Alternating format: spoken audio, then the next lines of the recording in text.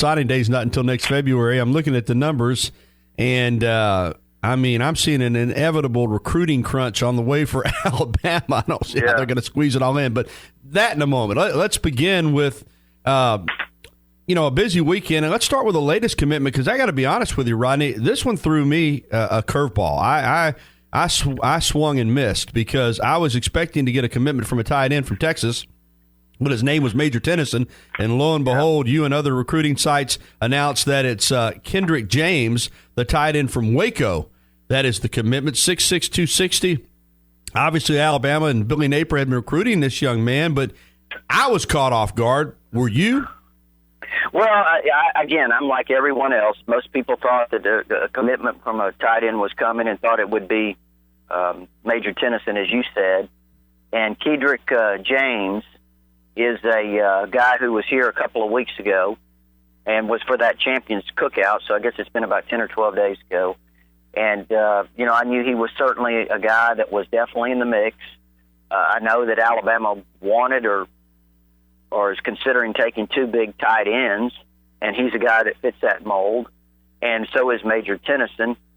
So those two guys you knew were probably going to be very, very high on the board, and they'd probably like to even take another H-back if they had the spot. But like you said, Gary, this thing's filling up extremely fast. I don't think, they're listed, with 21 commitments right now. I think there's some flexibility there in terms of those numbers. I think that they can make some spots available for some guys, but still at the same time, this is one of those years that I think Alabama could probably use, 32 scholarships or so to get all the guys that they really want and need. Rodney Orr, our guest here, talking recruiting, and man, there's a lot to talk about. Okay, you kind of answered my next question when you said looking for two big tight ends. Certainly, Kendrick James, 6'6", 260, good offer list. In addition to Alabama, Arkansas, Auburn, Baylor, Michigan, Oklahoma, Tennessee, Texas A&M. So you kind of answered that. So Alabama will, if Tennyson wants to commit, go ahead and take him along with James. Yeah. Well, last year they didn't sign any real inline tight ends. The two guys they signed, Irv Smith and Miller Forstall, both H-back type guys. Now, that doesn't mean that Smith couldn't grow into maybe an inline type, but he is a very athletic guy. And then we saw Forstall in the spring, and he really had an excellent spring. But, they really needed two big power tight end types or guys with that potential, and those are hard to find these days. A lot of these schools, these high schools are playing that spread offense, don't utilize these guys. Some of them are offensive linemen, whatever it might be. But, to find a couple like these two would be something that would be good for Alabama, because it's a real need. Alabama probably hasn't really had an imposing tight end figure since Michael Williams, and they need one.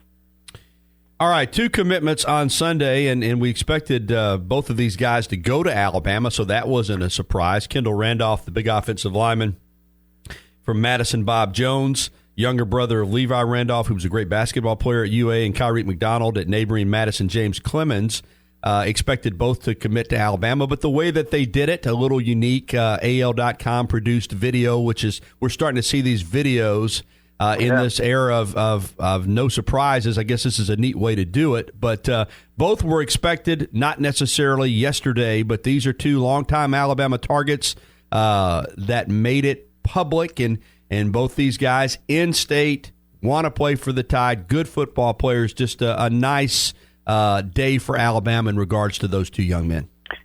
Yeah, and I think Randolph is a versatile guy. He can play guard or tackle if need be. He's a really good player out of Madison, Bob Jones. And I think Kyrie McDonald, in my opinion, is one of the more underrated players in the state of Alabama. I know a lot of people say, well, doesn't have the great height or great size, for a DB, doesn't really have elite speed or whatever. But the bottom line is this. I've said since the first time I watched his tape, and when I found out he came to the June camp, when I watched his tape, first thought was, this guy's the next Javier Arenas in the secondary. I mean, he looks like a perfect fit at that star position. You watch him, he's a playmaker, Gary. He had 10 non-offensive touchdowns last season. 8 interceptions, 4 of those he returned for touchdowns. Guy blocks kicks, picks up fumbles, returns them for touchdowns. He sacks the quarterback. He does everything. He reminds me so much physically of Javier Arenas. plays a lot like him, moves like him. Now, he may not be the punt returner Javier was, but a lot like him. I think he's vastly underrated. I think those are two really good pickups. Yeah, and I'm with you on McDonald because you had to kind of turn me on to him. I knew of him, but I didn't realize what kind of player he was until I watched him. Defensively a little bit, you know who he reminds me of? A guy that Alabama didn't take that they probably regretted it, Darren Bates, as far as his ability just to put the hat on you. You know what I mean? Yeah. Wound up playing at Auburn. He's physical. Came out of South Panola High School in Mississippi, would really, really hit you. Okay, you look at these two guys. We mentioned that the class is filling up, but Darren Madison and James Clemens, there are a couple more elite prospects. Now, obviously, LeBron Ray, the defensive end, is rated number 1 in the state by a lot of these services. Alabama is on him hard. When do you expect to hear something from Ray, and is Alabama the leader? Well, yeah, Alabama is the leader. I think I just don't know when. When he'll pull the trigger, it could come soon. He may decide to wait. You just never know with these commitments how they want to handle them and when. But I do think that LeBron Ray is solidly leaning towards Alabama, and that's big. They need defensive linemen. He's a great defensive end. Got a chance to be a really fantastic player. So, I think that'll be a big one when he does decide to make that decision. And the priority is on the defensive line, Gary. That's what they really need to finish strong with is defensive line. And a third prospect on that team, in addition to McDonald and Ray, is not such a clear picture for Alabama. That's the linebacker, Monty Rice. Now, I'll say for the record, in my opinion, he's a terrific football player, a great football player. But it's a strong year for linebackers, not just in the state, but in the region. Alabama's already filling up. This is a guy that a lot of years probably, based on what I've heard, wants to come to Alabama, would probably already be committed, Rod. But where does Alabama stand with Monty Rice? Good player, but is he one of those guys that might have to wind up going somewhere else? Well, I think it's a matter of evaluation in terms of let's see what happens early in his senior year. Things change. I think that he is very highly regarded by everybody. And so I would say keep an eye on him because it's always a possibility, and I think Alabama really likes him a lot. But if you're another school, there are some players in this state this year that simply may not have room to fit them into Alabama's class. Doesn't mean they're not outstanding players, but, you have to get the best players available. And some school, if Auburn, for example, doesn't land some of these guys that Alabama might not be able to take, and I'm not necessarily referring to Rice, but whoever they might be, there's just so many in that you can't take them all. So, another school could have a banner year just getting guys that Alabama couldn't take. And that's what's the amazing thing.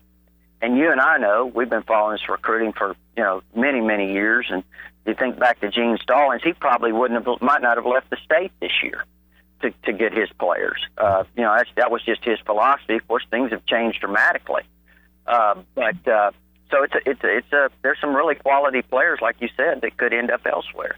Visiting with Rodney Orr from TiderInsider.com on the Bud Light Hotline presented by Adams Beverages. What a weekend for Alabama in recruiting. And really, it goes back to the end of last week, and that's where we're headed now.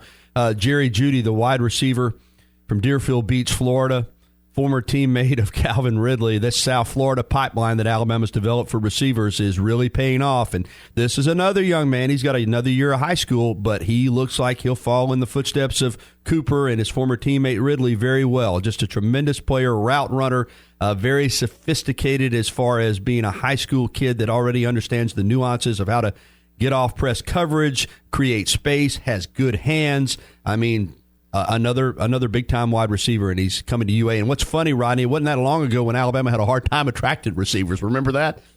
Very hard time. And Julio came in and kind of broke that train of thought, so to speak. And then, they still struggle a little bit after Julio until then all of a sudden, you get Amari, and now it's really rolling. It's like you said, Julio, Amari, Ridley. And now the guys this year, they have committed Terrell Shavers out of Texas, Jerry Judy now, and then Devontae Smith out of Louisiana is expected to commit in the middle of August. And if they take a fourth receiver, Depending on the numbers, I guess, there's several of them out there, including a very talented guy at Montgomery Lee, Henry Ruggs, who would be a possibility. And so, yeah, Alabama now really attracting wide receivers, and Jerry Judy, as you mentioned, all those things about him, is a really good player, and kind of keeps that pipeline down there going. Ridley played for Coach Glenn, who is at Deerfield Beach, and so he's very familiar with both these players, Judy and Ridley, and he compares Judy to a little bit bigger version of Ridley. So that's a really high compliment for Jerry Judy. So we're visiting with TiderInsider.com's Rodney Orr, also from Tider Insider TV, talking recruiting. We've already covered the last 4 commitments for Alabama.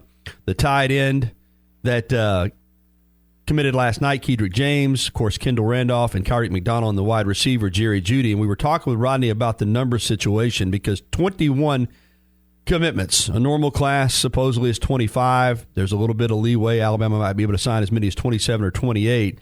But as you said, Rodney, the numbers are getting tight, to say the least, with a lot of big name prospects still out there. I guess, though, it is normal to expect this list, as we look at it right now, and I'm looking at it on your site, 21 commitments, that's probably going to change some based on either a player changing his mind or maybe Alabama going in a different direction. Do you expect there to be a little bit of turnover on that list of commitments the way it stands right now before signing day?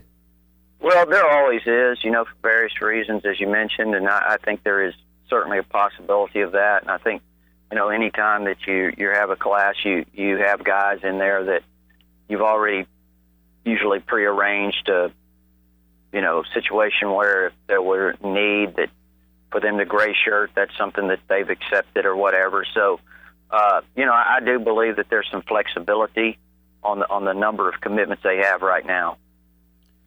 Let's talk about the receiver situation. You mentioned Henry Ruggs. I want to get to him. Jerry Judy and Tyrell Shavers are the 2 commitments. Can't go wrong there. Both the tremendous football players. Ruggs, the in-state kid from down in Montgomery, but there are a couple of other receivers on Alabama's radar.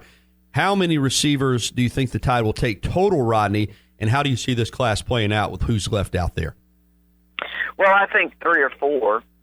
Because I think Devonta Smith will commit, is expected to commit anyway, probably on the 15th of August. So that would be number 3, and I would think that there's a possibility that Alabama will try to make a 4th, possibly room for a 4th receiver if they can. And I know that Henry Ruggs would be a guy that would definitely be one that would be very, very, very high on that list. He's an exceptional player. He does everything, I think, really well in terms of off the field. So I think all of those things would make him a really strong candidate for that 4th position as a wide receiver. As far as the class ends up, we forget that it's, August the 1st, and that things can really change, and, we don't know exactly how things might change, but they definitely have to get defensive linemen. They have Akil Byers committed, who's out of Arkansas. We've talked about him in the past. Aaron Sterling's a guy that he's kind of a smallish defensive end type. He may be a guy that is still looking around a little bit. We'll see. We mentioned LeBron Ray as a defensive end. We think Alabama's really in good shape with him. I think an interior player to keep an eye on is Elijah Conliffe out of Hampton, Virginia, who had just a blowout performance at Alabama's camp. So I think Alabama leads for him. I think Alabama's in really good shape for Jerez Parks out of Sebastian, Florida. He's a guy that could be a stand-up, jack linebacker type or, defensive end. Looks like he has the frame to me to grow into a defensive end. So those are some guys I think they would like to get a JUCO defensive lineman if they could find the right one. Of course, everyone would love to have Isaiah Buggs out of Mississippi Gulf Coast, but I think right now LSU's the team to beat, and Alabama's certainly in there. Chris Allen out of Baton Rouge, Southern Lab, is an outstanding outside linebacker type prospect that has continued to say Alabama leads, and I think Tim Williams is a big part of that, the success he's had out of Baton Rouge here at Alabama. So I'd keep an eye on him. Chris Allen's very, very highly regarded player. In the secondary, I would say keep an eye on Sean Wade, who we've talked about before, is an Ohio State commit as a cornerback out of Jacksonville, Florida. Originally has ties to the state of Alabama, though. And he's been kind of one of those guys on flip watch, so to speak. I'd really keep a close eye on him and see how that one goes.